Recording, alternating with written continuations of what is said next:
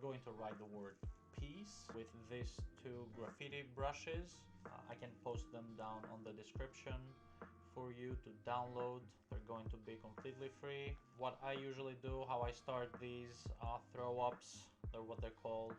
I usually start with something like kind of dark-ish. This is like too dark. This is like a medium green, which I don't really mind. So I'm gonna do the word peace. So obviously it's gonna be P-E-A-C-E. Yep.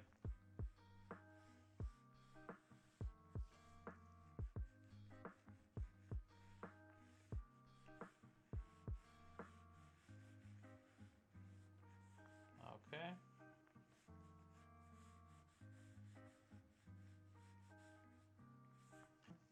And then we're gonna add a new layer with the same color, and we're gonna do letter E this time.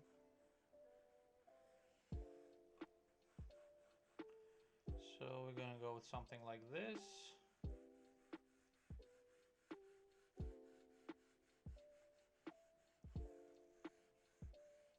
Can bring it a little bit higher up here just to bring it exactly where it should be. New layer, again, always a new layer. Every time you do a new letter, it's always better to do a new layer in my opinion.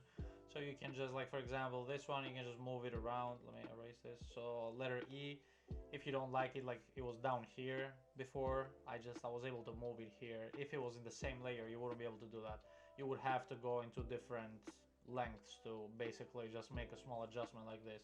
It's just easier. It makes your workflow a lot better to just not have, to have different layers. So I'm just gonna bring this a little closer here, just so we have more space. And then we're gonna do letter A.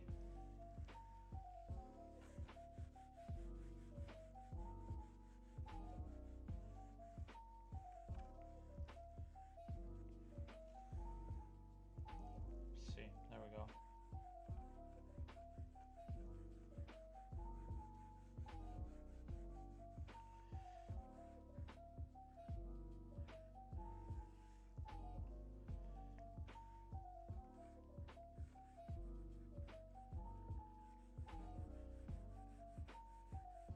There we go.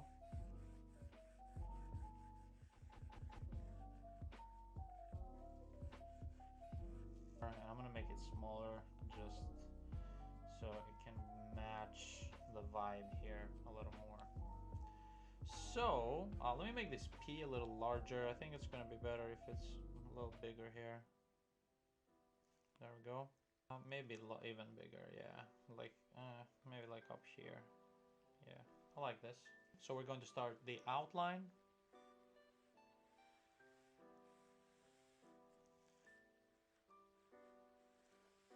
It really takes me a few tries.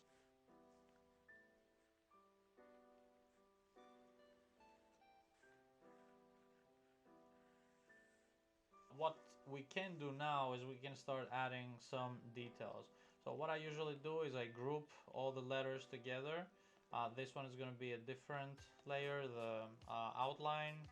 And then what we can do is we can add a new layer, bring it behind the whole thing, behind the yellow and the outline. So I'm going to select black one again, and I'm going to pick the old brush that we did the lettering with. It's a little bit faster to work with that. And I'm gonna add a background, a shadow just for the letters. It's gonna make it look a little bit 3D, nothing crazy, but it always helps to make it look a little nicer. So now we can just add black color here. Looks nice, I like it. Lower right here, for example, like here, and down here.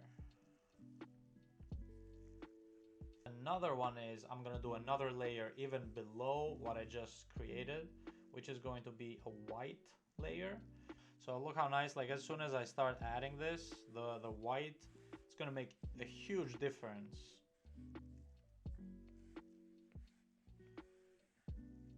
So here, you don't have to be 100% accurate. You can just like create an outline just for the letters. Like, I mean, just be as accurate as you can.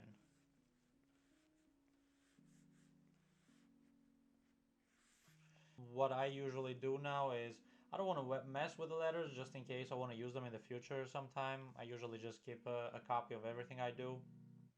I'm just going to create a duplicate of everything.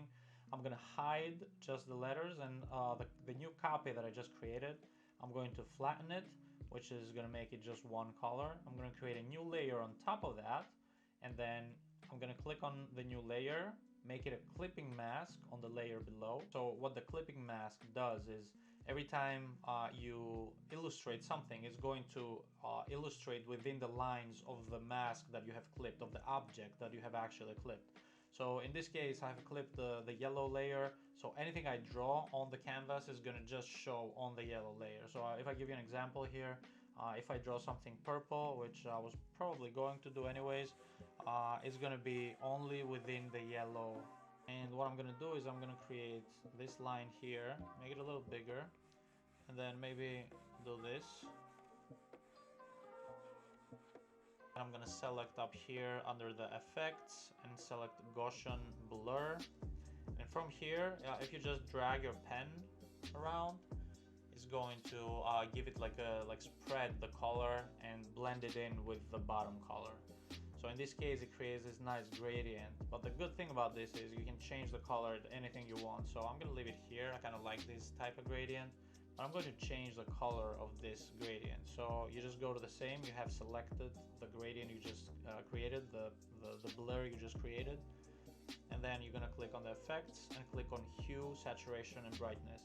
And from here, there's a bar down here where you can select the actual color that you want for this. So you can choose really anything you want to, you can modify this. And then what I'm going to do is I'm going to create a new layer and clip that layer below as well, which again, anything I illustrate is going to be within the yellow layer. So in this case, I'm going to select the yellow and maybe go for something lighter, like something like this, and then maybe do some decorative like circles or something like that. So if I go here, like I can do, maybe make it a little smaller, but something like this, some bubbles down here, maybe something like very summery. Right here. Oh. Yeah, you can actually, yeah, this is not bad. Like if you do the whole thing, maybe the whole bottom, like you can just do this, and then we're gonna take some white. I'm gonna use the same layer, and then I'm gonna put some white under here, maybe just some highlights just for the cause. It makes it look a little nicer, like here maybe, here, maybe there. Why not? Yeah, it makes it look a little nicer. Just put, yeah, I don't mind this. Look at this. You can do some decorative stuff back here after that. Yeah, I kind of like this actually.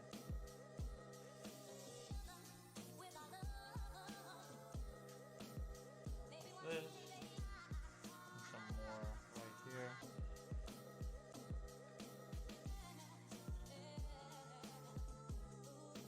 I like this, yeah, and so yeah, that's pretty much it.